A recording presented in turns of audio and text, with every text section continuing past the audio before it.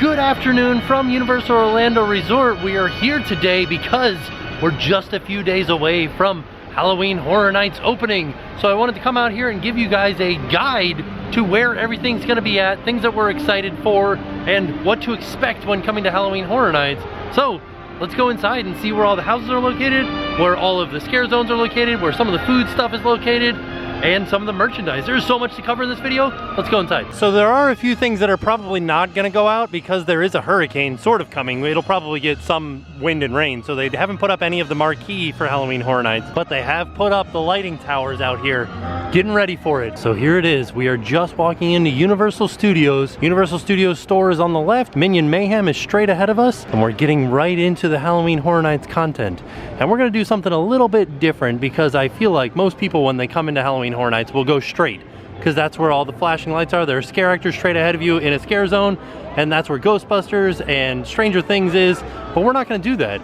We're gonna make a right because, as you guys will find out throughout this video, there are a couple of houses, if you're going counterclockwise around the park, where the entrances are near the exits to other houses. So you will go into one house, walk through it, and then exit near the entrance of another house.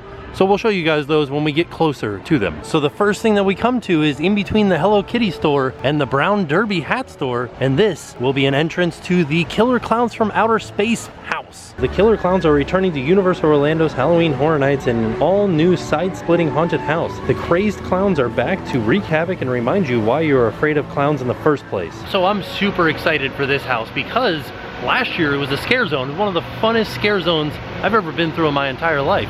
I'm hoping that we're gonna be able to see a spaceship, hoping that there's gonna be popcorn everywhere, hoping that we're gonna be able to see the cotton candy cocoon room. I think this one will be a fan favorite and a super fun house to go through every night of the event. So speaking of Killer Klowns from Outer Space, they are also selling Killer Klowns from Outer Space candy bars this year. A flavored bar with jelly beans in it. Kinda sounds gross, but who knows, maybe it'll be good. Oh, it's pink. I did not expect it to be pink on the inside. It smells like white chocolate. I wonder what the flavor of the jelly beans are. I'm gonna give a little piece a try right now. I got a couple of jelly beans in there too.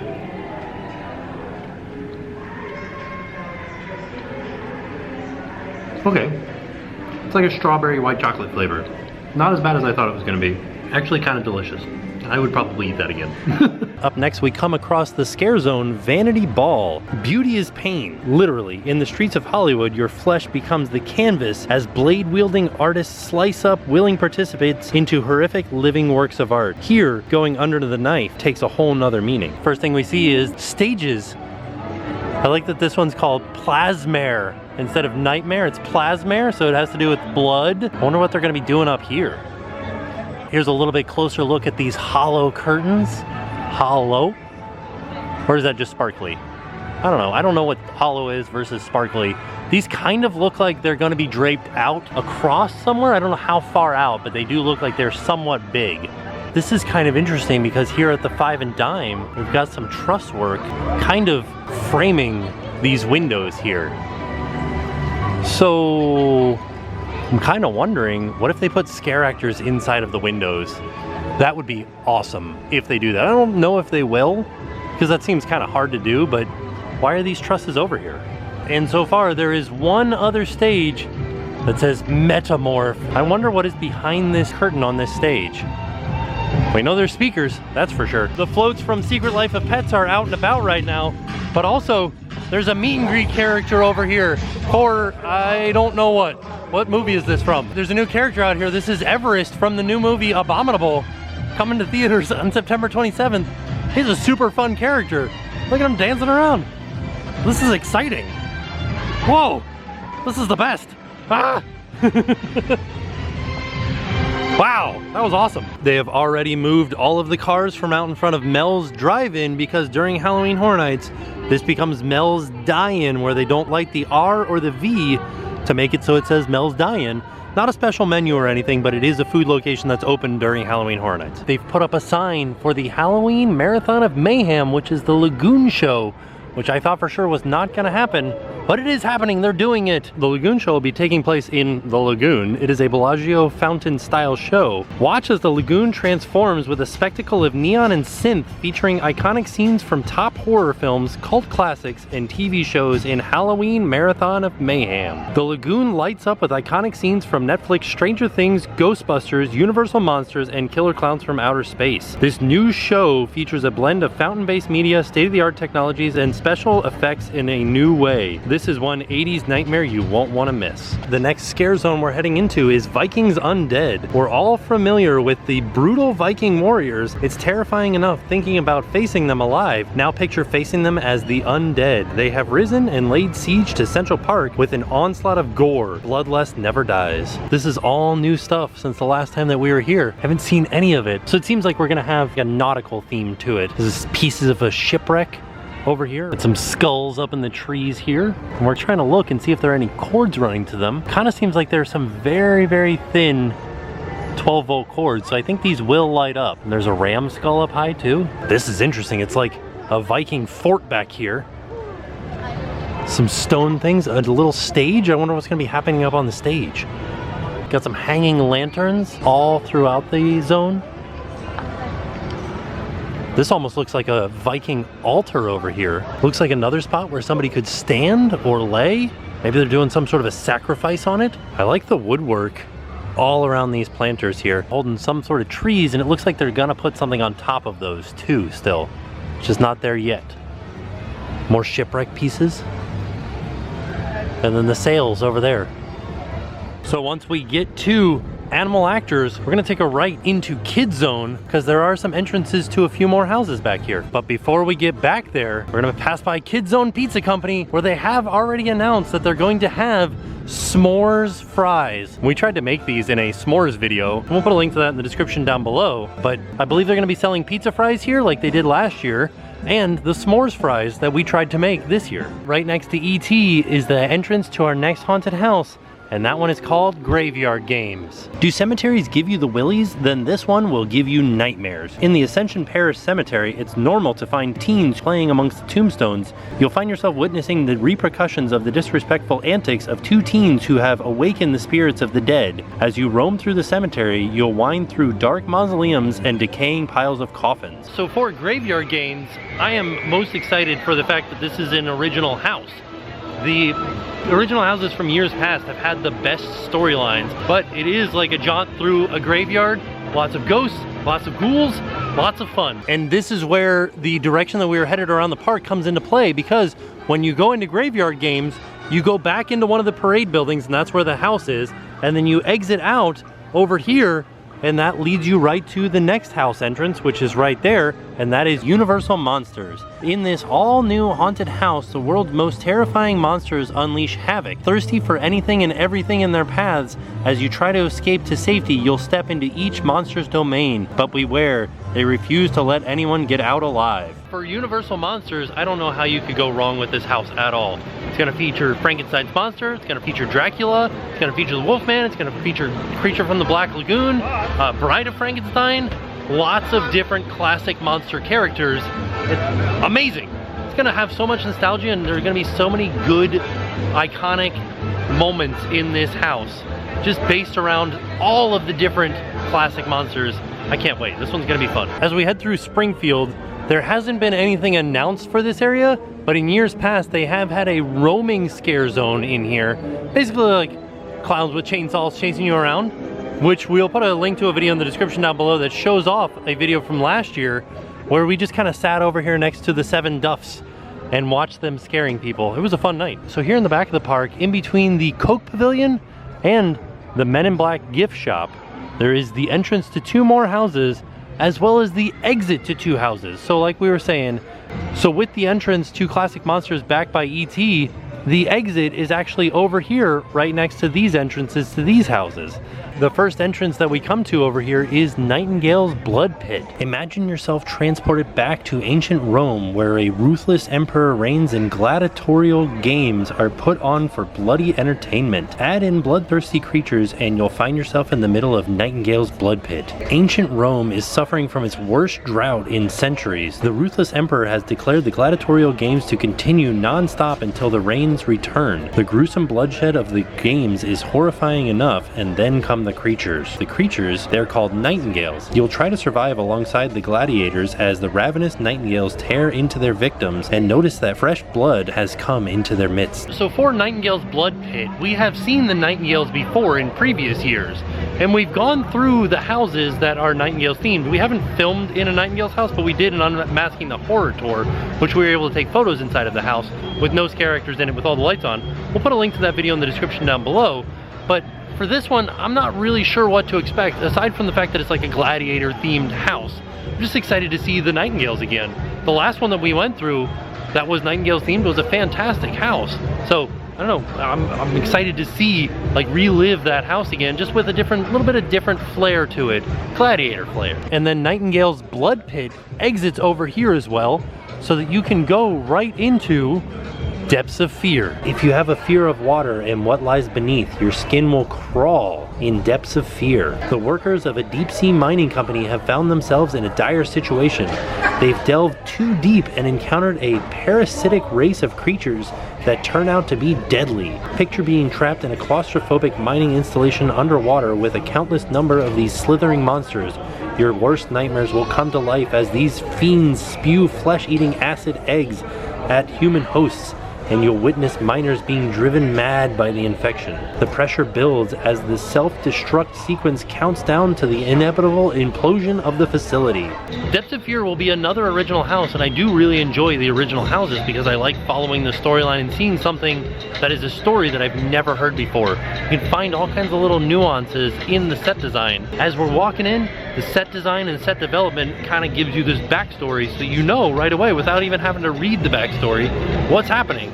That's really exciting to me. I like seeing that, and I like seeing that develop in a haunted house. Universal has done original houses based around kind of a water theme in the past. They've done Dead Waters and they've done The Forsaken, and we'll put some links in the description down below for videos that we did walkthroughs of those houses, so you guys can see maybe a different water themed house. Those two houses have nothing to do with Dead Waters, but they were water themed houses.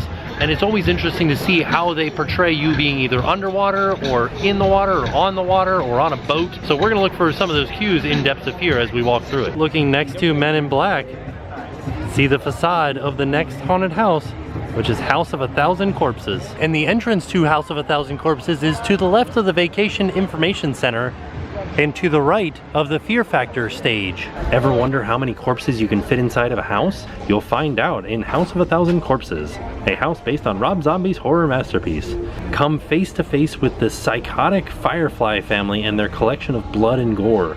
Watch the legend of Dr. Satan come to life right before your eyes. Keep a lookout for the latest addition to Captain Spaulding's Museum of Monsters and Madmen, and if you're lucky, you'll escape the house as fast as a rabbit, minus the fluffy bunny costume and tragic ending. And then to the left of that is the Fear Factor stage, which is where Academy of Villains is going to be this year. The description of Academy of Villains this year is, this wickedly talented group of artists is back for an all-new, bigger and better performance featuring a killer mix of dance and theatrics.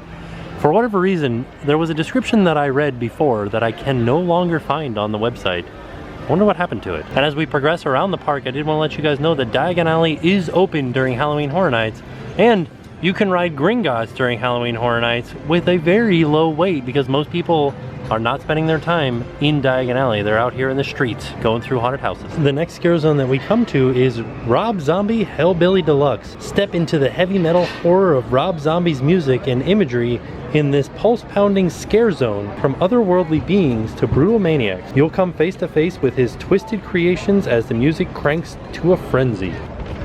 Wow! Look at this! Holy mackerel, what is this thing? It's like a skeleton with goggles and a wig on. I bet you there's gonna be a car here. Maybe Dracula's gonna be here? I hope so, because that looks awesome. Also, there are projectors up there facing all different directions. They're gonna be projecting Maybe the music videos up on the walls here? That'll be awesome. Some gigantic skulls with chains coming out of their eyeballs. I like this guy.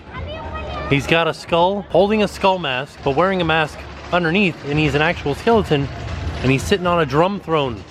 Oh, this is one of those cages where they can make sparks around the outside of it. Oh, that'll be fun. I'm spitballing here. I don't know if that's actually the case, but I believe it will be. Like a guy will be inside of there, dragging something across there, making sparks as he drags it across. Also, there's some candles up there, and those I believe are going to have actual fire shooting out of them. This looks awesome. What is this from? Is this from Living Dead Girl? And then another spot where somebody could be dancing up on top of the scaffolding up there. This will be really neat. It'll be like you're inside of a music video. There's just a coffin here. I wonder if there'll be somebody that stays inside of there and jumps out and scares people. And you guys know, anytime that they cover anything up with a tarp at Halloween Horror Nights, usually there's a dead body underneath. Look at these little skulls. They kind of remind me of Sam from Trick or Treat. There's another stage over here with an electric chair on it. So this is gonna be like a show. You're gonna pull the switch and then they have a fog machine piped in underneath.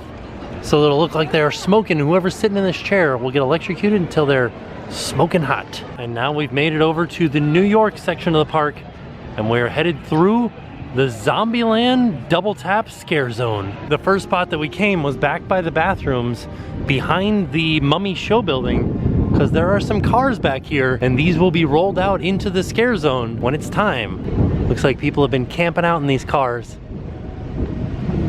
Pan was here. Oh, and this one has a dead body in it, like I said, covered with tarps. Always.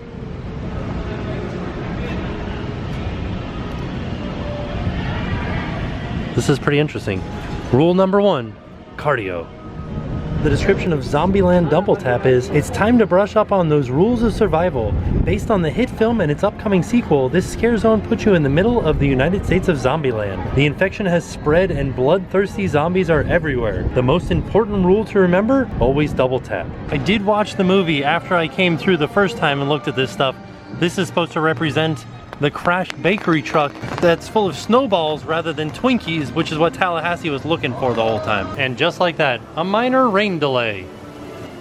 Because we do have a hurricane that will be coming pretty close to us, they did take down the string lights that were strung across between the buildings. It's been so long since we've been here though, I don't know if there's some stuff that we haven't seen that they took down already. We'll be on the lookout for new stuff for sure. I did find out Wayland's Pacific Treasures is the booth that Tallahassee kind of barricades him in at the end at Pacific Playland and shoots all the zombies around it.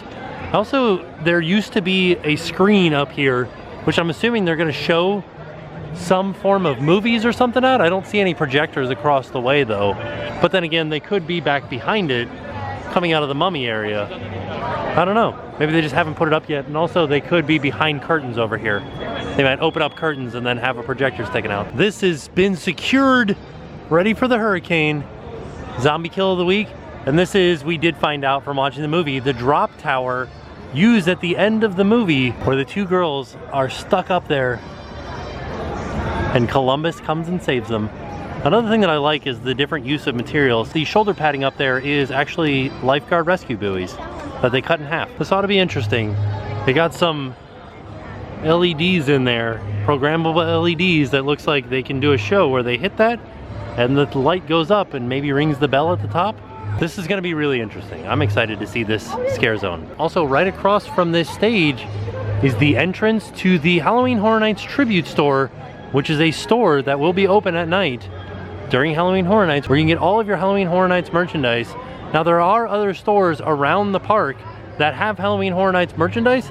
This is just a centralized location where you can get all of it. And then still within the Zombieland Scare Zone, to the left of the Horror Nights Tribute Store, we have the entrance to Stranger Things and Jordan Peele's Us. So you guys know the story behind Stranger Things, but this year you'll experience an all-new haunted house where you will travel back to the small town of Hawkins, Indiana, and walk through some of the most terrifying scenes of Stranger Things seasons 2 and 3. Not only will you come face to face with snarling demi-dogs, but you will also make your way through iconic scenes and locations from Chief Hopper's cabin to Starcourt Mall. So what I'm most excited for Stranger Things is, number one, Demodogs, number two, the Mind Flayer, and just season 3 in general. After watching season 3 all the way through, and then like realizing we're going to have season 2 and 3 in a house, and then thinking back on last year's Stranger Things house, it's gonna be awesome. I cannot wait. However, this will be one of the very popular houses this year, so the lines are gonna be very long, and that's one of the reasons that the house is over here, is because they can bring people in and put the line backstage. It's just kind of going back and forth and back and forth and switching back over and over again before it gets in the house, so they can kind of hide a lot of people back there and kind of swallow up a lot of the crowd. It's going to be a very popular house, but it will be good, and I'm excited to see it. And right next to Stranger Things is the entrance to Jordan Peele's Us. You will walk through the Wilson family beach house in Santa Cruz Pier, where you might spot a familiar character outside of the fun house. You'll also venture through the unnerving tunnels that stretch for miles deep below America and come face to face with the Tethered, a group of terrifying doppelgangers of every living man, woman, and child in the country. You'll quickly discover that you are your own worst enemy. As far as Us goes, I'm hoping to see the lab where the bunnies are. I'm excited to see the beach house. I'm really excited for the fun house. I'm interested to see how they do the Hall of Mirrors in a Halloween Horror Nights house on a large scale. So I will definitely be visiting Us as soon as opening day comes around. So like I said, those two house entrances are still within the Zombieland scare zone, because right here there are some porta potties that say rule number 3, beware of bathrooms. And there's also like a little fence back behind them. So I have a feeling that there are going to be scare actors popping out of these bathrooms. Oh yeah, I can definitely see inside of there and see that there is an area back behind where somebody could come through. There's no back on these porta potties. I like the sign on the outside of these porta potties, stop and plop, the number 1 for number 2. And they have also added in these screen elements here so that the scare actors inside can see out at who's coming. And from those porta potties right across the way is the entrance to Yeti, Terror of the Yukon. From the evil geniuses that brought you Attack of the Swamp Yeti in last year's Grindhouse-themed Slaughter Cinema house comes a frightening new take on the fear-inducing folklore of the wild Yeti. But beware, because this experience will trade B-movie scares for bloodthirsty terror that will send you running in the opposite direction. The snows will be red with blood in the Yeti, Terror of the Yukon haunted house. Now, although the official description of the Yeti house does describe it as sort of brought to you by the same people that brought you the Yeti from Slaughter Cinema, it's a totally different Yeti. The one in Slaughter Cinema was a swamp Yeti.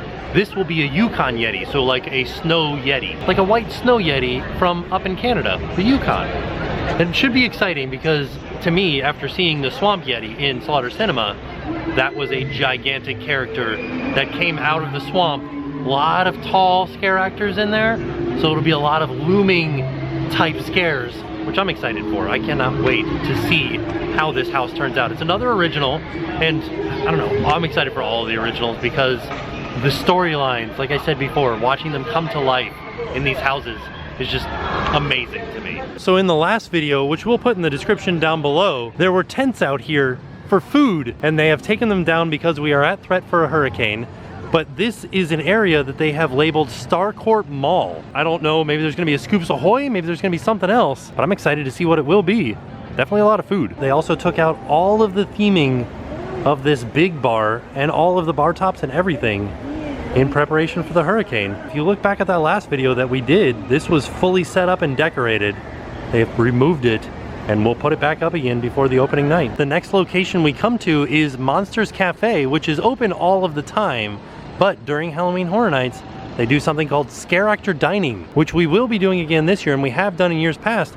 And we'll put a link to old videos from Scare Actor Dining in the description down below so you guys can see what it's like. Out in front of Universal Music Plaza is the entrance to the next haunted house, which is Ghostbusters. Celebrating its 35th anniversary, you'll jump through the movie screen of the original 1984 film and walk through your favorite scenes like the Temple of Gozer and more. You'll be transported to the streets of New York as the rift between worlds opens. Come face to face with the voracious Slimer, the all-powerful Gozer the Gozerian, Stay Puft Marshmallow Man, and more. Also, another interesting thing is right next to the entrance to Ghostbusters, is this contraption. I'm not really sure what's going on here.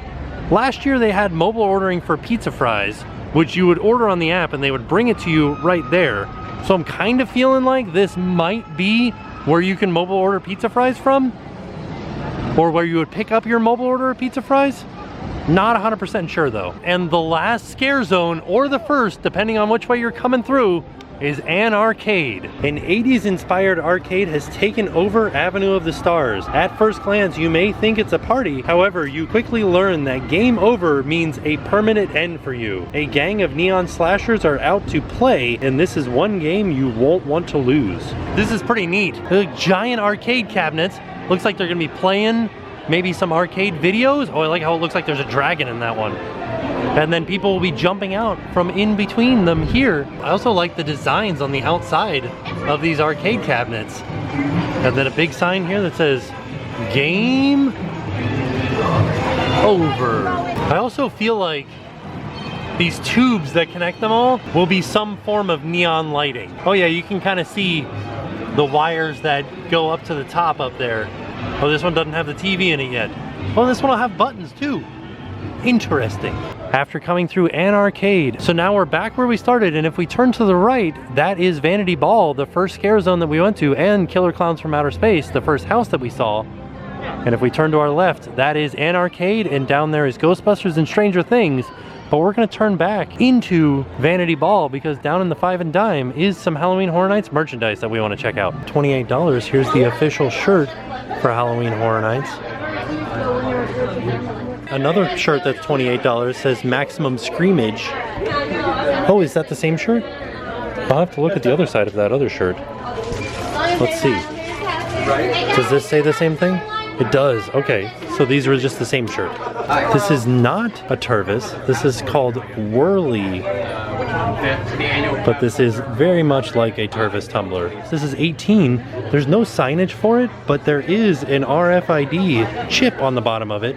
So you might be able to use this as your souvenir cup when you get the unlimited refills on sodas. For $10, they have all of these different themed glass cups, kind of very similar to the cups that you used to get at McDonald's or Burger King's back in the 80s. But this one says Halloween Horror Nights 2019. They have a bunch of different ones from different houses. Like this is the one from Stranger Things.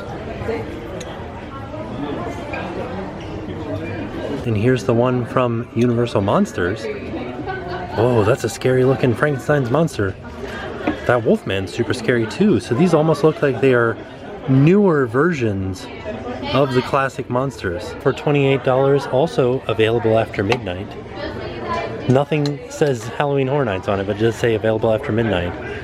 This one has Halloween Horror Nights on the sleeve. And it's got the Universal Classic Monsters for also $28. Super scary new versions of the classic monsters though. For $35, they have a tank top that says Blame It on the Full Moon. Little Wolfman guy there. Then also for $35, You Should Fear Me with Bride of Frankenstein. For $32, this one says Blacklight Reflective Apparel, which sounds very interesting. I wonder what this looks like under blacklight. And then on the back it says Fear to the Max. For $55, they have this zip-up hoodie with Stranger Things on the back. I like this. It's like a striped, old-school style hoodie. Here's the Killer Klowns from Outer Space one. These are awesome. But then they also have Killer Klowns popcorn. So there you have it. That was our trip to Universal to see everything Halloween Horror Nights and give you guys a comprehensive look and walk around the park at where everything's going and what each scare zone is, house is, where the stores are, what merch they have, everything. Now all we have left to do is wait for the event to start. You guys know that we will be here providing multiple videos because we love coming to this event. So with that being said, we are off. We'll see you guys tomorrow. My name's Bethany, and now it's time to pay the price.